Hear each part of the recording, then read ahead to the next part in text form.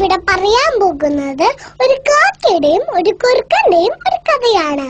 ഒരിക്കൽ ഒരു കാക്ക ഉറപ്പ കഷ്ടം പിടിച്ച് ഒരു മരച്ചില്ലയിൽ ഇരിക്കുകയായിരുന്നു. അതുവഴി ഒരു കുറുക്കൻ വന്നു. ഒരു വയൽ വെള്ളം മൂറി. ഹായ്, എങ്ങനെയെങ്കിലും അപ്പ കഷ്ടം തട്ടിപ്പറിച്ചെടുക്കണം. ഹലോ കാക്കത്തമ്പ്രാട്ടി, നീ എന്ത് സുന്ദരിയാ! നിന്റെ ചെറുകിന് എന്ത് ഭംഗിയാ! നീ നന്നായി പാട്ട് പാടുന്ന കേട്ടിട്ടുണ്ടല്ലോ. ഒരു പാട്ട് പാടാമോ? അതെല്ലാം വിശ്വസിച്ചിട്ടുള്ള അവിടെയായി കാക്ക ഒന്നുകൂടി ഞെളിഞ്ഞിരുന്നു. അപ്പൊ കുറുക്ക് പറഞ്ഞു, നിന്റെ പാട്ട് ഒന്നും കൂടി കേട്ടോട്ടെ. കാക്ക പാടാനായി വായി തുറന്നു.